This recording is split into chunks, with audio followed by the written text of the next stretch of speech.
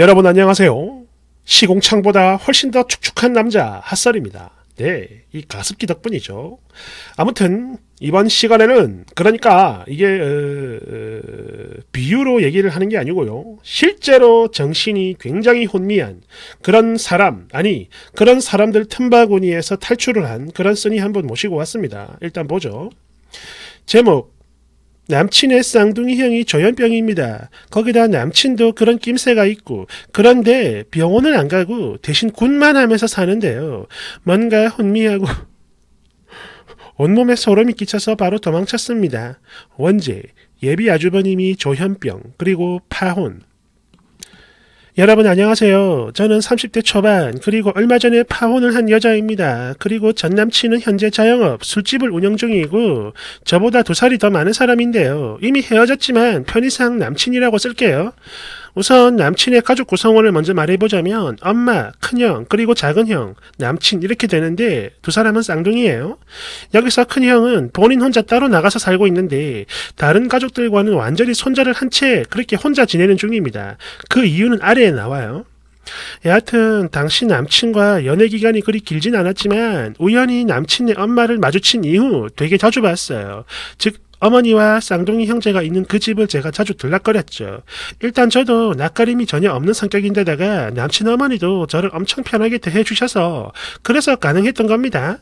그런데 바로 쌍둥이 형이 문제예요. 첫 만남부터 남들과는 많이 다르다는 걸 온몸으로 느꼈습니다. 그래서 저는 속으로 계속 이상하다, 혼미해 이런 생각을 꾸준히 했었지만 이게 또 아무리 그래도 가족이니까 함부로 물어볼 수도 없는 거라 그냥 조용히 넘어갔거든요. 그런데요, 이게요, 날이 가면 갈수록 진짜 너무 이상한 거야. 그래서 특히 이게요, 결혼까지 약속을 한 마당에 이건 아니다 싶어가지고 야, 나한테 숨기는 거 있으면 다 말해라 이랬더니 자기 쌍둥이 형한테 조울증이 있다고 합니다. 그런데요, 아무리 봐도 그건 아니었어요. 내가 무슨 바보도 아니고. 그래서 지금 당장 헤어질까 아니면 솔직히 풀어! 라고 찔렀더니 결국엔 조현병이라는 술토를 합니다. 네, 맞아요. 말 그대로 정신분열증이죠. 여하튼 남친 하는 말이 그래요. 절대 선천적인 건 아니고 군대에서 어떠한 일이 생기면서 그 병에 걸렸다고 합니다. 일단 여기서 잠시 정리를 해보자면 비록 제가 전문가는 아니지만 딱 느껴지기에 이 쌍둥이 형은요, 의학적인 도움이 반드시 필요해 보여요. 그런데도 엄마나 남친 모두 그냥 가만히 방치를 하고 있는 중입니다. 여러분들이 조금 더 쉽게 느낄 수 있도록 전날 있었던 일 생각나는 대로 몇 가지만 써볼게요. 첫 번째, 그러니까 가만히 앉아있다가 갑자기 허공을 보고 야! 그동안 잘 지냈냐? 이런 식빵? 그래, 한판 뜨자 이 새끼야! 등등 이런 헛소리를 하루 종일 합니다. 한 번 시작하면 몇 시간 동안 저러고 있어요. 또 이게 아니면 하루 온종일 거울을 보거나 그것도 아니면 본인 셀카 모드로 그 얼굴을 보면서 자기 혼자만의 대화를 합니다. 저는요, 처음에 이게 방에서 전화 통화를 하는 건 줄 알았는데 아니었어요. 그냥 자기 혼자 하는 대화였습니다. 또 TV에서 총 쏘는 장면이 나오면 본인도 거기다 대고 총질을 합니다.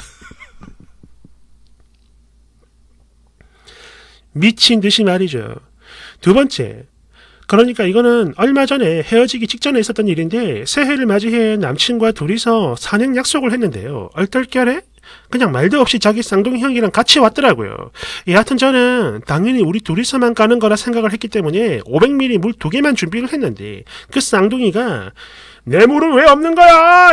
이렇게 고함을 버럭버럭 지르더니 당시 8차선 도로 쌩쌩 달리는 차들을 막 비집고 무단 횡단을 시도 그렇게 물 2리터짜리를 사들고 왔어요. 그리고 산행 중에 그 물을 다 먹더라고. 거기다가 사람들이 보는 데서 갑자기 바지를 내리곤 그대로 노상방뇨를 해버립니다. 헐.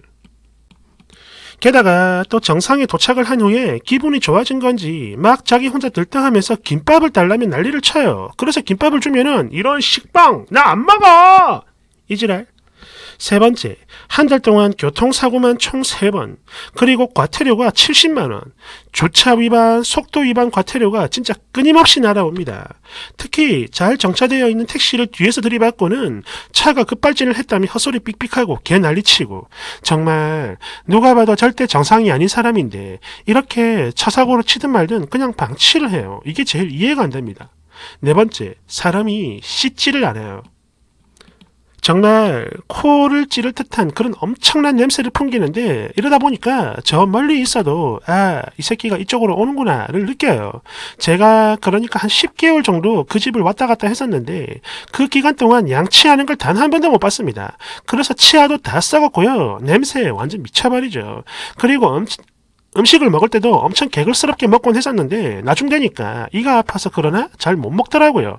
그런데 그런 지경이 돼도 절대 양치를 안 합니다. 치과도 당연히 안 가죠. 또 변기통도 마찬가지. 오줌을 살짝 튀기는 정도가 아니라 일부러 조준을 해서 쏘나? 그런 정도로 온 천지에 다 뿌려놔요. 거기다가 큰일을 보면 반드시 어떤 흔적을 남겨놓습니다. 벽이라든지. 다섯 번째, 남친이 운영하는 술집에서 일을 해요. 아니 조금 더 정확히 말씀을 드리자면 할 게 없으니까 할 수 있는 것도 없고 그냥 나와가지고 카운터에 가만히 앉아 있습니다. 그러면서 다른 손님들에게 삿대질을 하며 이상한 헛소리를 하기도 하고 그러는데요. 사실 저도 몇 번이나 손님들에게 불려가가지고 아니 언니 저 사람 자꾸 왜 저래요? 이런 말을 듣고 사과를 했던 게 한두 번이 아닙니다. 보니까 여친이 일을 도와주고 했었나 봅니다. 그리고 아직 계산이 안 된 손님들을 그냥 보내버려요. 그래서 남친이 손해도 엄청 많이 봤죠. 여섯 번째, 폭력적인 성향이 자주 보였습니다.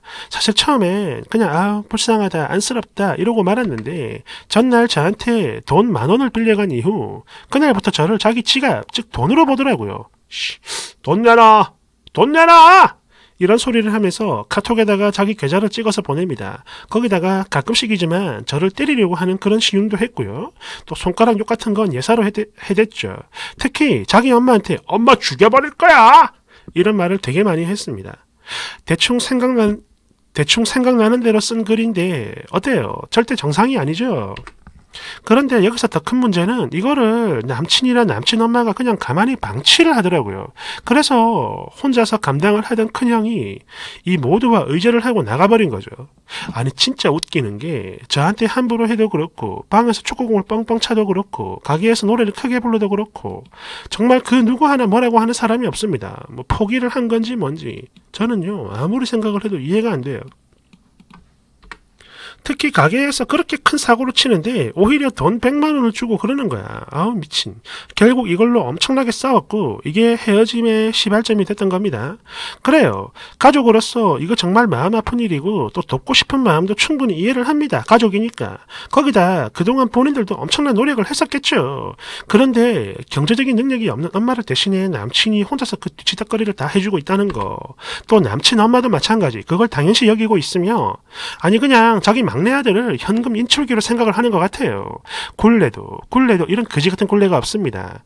그리고 제일 답답했던 거 정신과 약은 분명히 처방을 받고 있는데 입원을 시키면 지금보다 더 이상해질 거라고 믿는 확신하는 그 이상한 믿음이 있어요. 엄마와 남친한테. 그렇게 의학의 힘을 빌릴 생각은 절대로 하지 않고 돈 수천만 원을 들여가지고 구설합니다. 제가 본 것만 2번이에요. 그러니까 지금까지 쓴 돈이 수천만 원이겠죠. 설마 굿 2번에 수천만 원 썼겠습니까? 그럼 완전 사기죠. 그리고 이 사람은 이름이 3개나 있는데 그렇게 하면 팔자가 바뀔 거라 이런 소리를 해요. 여하튼 이런 자기가 결혼을 하면 저 쌍둥이 형을 평생 보고 살아야 한다는 건데 저는 자신이 없었습니다. 또 내가 이렇게 힘들어하는데 그런 저한테 미안한 기색이 단 한 번도 없더라고요. 어쩔 수 없는 건데 네가 이해를 해야지 뭐. 이런 느낌이 강했어요. 끝으로 하나만 더. 사실 남친에게서도 그랬습니다. 쌍둥이 형의 그 기운이 좀 보이더라고요. 일단 알코올 의존증이 되게 심해요. 주 5, 6회. 그리고 술에 좀 취한다 싶으면 허공을 보면서 여기가 숲속이야? 이렇게 헛소리를 하기도 했는데 처음에는 좀 웃겼다가 나중에는 섬뜩했어요. 참고로 이거는 그 증상의 일부인 건지 아니면 그냥 무식해서 그런 건지 저도 잘 모르겠는데요. 오미크론을 이코노미라 그러고 단풍이 물들다를 단풍이 멍들다 이러고 또 거기다가 멸치를 보고 견과류라고 하는 사람입니다. 또 이 외에도 지능이 낮은 느낌의 말을 되게 많이 해요. 카톡을 하면 알아들을 수 없는 내용을 혼자 말을 하고 이거 다른 사람들한테 보여주면 아무도 모르겠다고 하는데 그냥 제가 바보라서 이해를 못한다고 합니다. 쓰다 보니까 또 하나 생각나는 거. 이 사람은 단어를 자기 스스로 창조하기도 해요. 북북하다, 배가 부르다는 뜻입니다. 저우리 모두 점심을 배불리 먹고 잠이 온다는 뜻이에요. 어떤가요? 그냥 생각을 하는 게 좀 다른 사람인 걸까요? 아니면 쌍둥이라서 혹시 같은 그런 병을 앓는 건지. 여하튼 지금이야 파혼을 하고 헤어지긴 했지만 끝까지 본인이 정상이고 제가 이상한 거라고 해서 그냥 그게 궁금해가지고 이렇게 글 써봤어요. 그리고 저 이 남자랑 헤어진 거 정말 맞죠? 잘 헤어진 거 맞죠? 댓글 1번. 혹시라도 아직 미련을 가지고 있을까 해서 글 씁니다. 다른 거 다 떠나서 조현병 유전되기도 해요. 그러니 절대 미련 두지 말고 여기서 그만 멈추세요. 특히 주변 가족이 저런 상태다. 안 됩니다. 님 죽어요. 2번. 아니 조현병도 그렇지만 일단 그걸 떠나서 그런 사람에게 자동차 키를 줬다고? 다들 미친 거야? 설마 집안 전체가 다 그런 거 아니야? 연 끊고 도망간 큰형 딱 한 사람만 빼고 다 이상해. 3번. 조현병은 10대에서 20대 중반 사이에 잘 발병합니다. 그리고 중요한 건 이게 아니라 바로 가족들의 태도죠.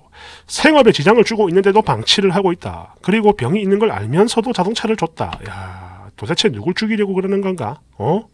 그 집안에 정상인이 들어가면 감당되겠습니까? 정말 잘 도망친 겁니다. 얼른 잊어버리세요. 4번. 그냥 미련을 버리세요. 그게 뭐 그리 중요합니까? 저는요 정신장애인 클라이언트로 6년간 일을 했는데 대개는 가족에게도 버림을 받아요. 왜? 그 사람들도 사람이고 결국엔 못 견디니까 힘드니까. 그럼에도 가족이 끝까지 품는 건 그들의 전반적인 교육과 경제 수준이 높거나 책임감이 엄청나게 강한 경우들 뿐입니다. 즉 이들은 재활의 의지를 가진 사람들이며 그 가족이 환자라는 걸 다들 인정한다는 거예요. 그런데 지금 이 가족은 병식이 없으니 치료 의지도 없고 당연히 재활의 의지도 없습니다. 아니 우리가 이렇게 살겠다는데 니들이 뭔 상관이야. 딱 이거니까 절대로 엮이면 안 돼요. 치료만 잘하면 얼마든지 일상생활 가능할 사람을 입원도 안 시키고 진짜 대책이 없는 사람들입니다. 5번. 시시비비 따질 거 없고 궁금해하지도 마세요. 그저 거기서 더 엮이지 않고 끝난 것이 천운이니까 님이라도 살아난 걸 감사히 여기시면 되는 겁니다. 차단하고 절대 뒤도 돌아보지 마세요. 아시겠죠? 6번. 님 남친은 평생 결혼 포기하고 혼자 살아야 할 운명입니다. 야. 아니 이거는 치료만 잘하면 된다고 하는데 왜 이러는 걸까요? 뭐 제가 듣기로 그 부작용이 약을 먹으면 치료하면 사람이 살짝 멍해지는 게 있다고는 하는데 아니 그게 100배 1000배 낫지. 구슬한다고 아휴 참 답답합니다. 아무튼 써니는 잘 나오신 것 같아요. 감사합니다.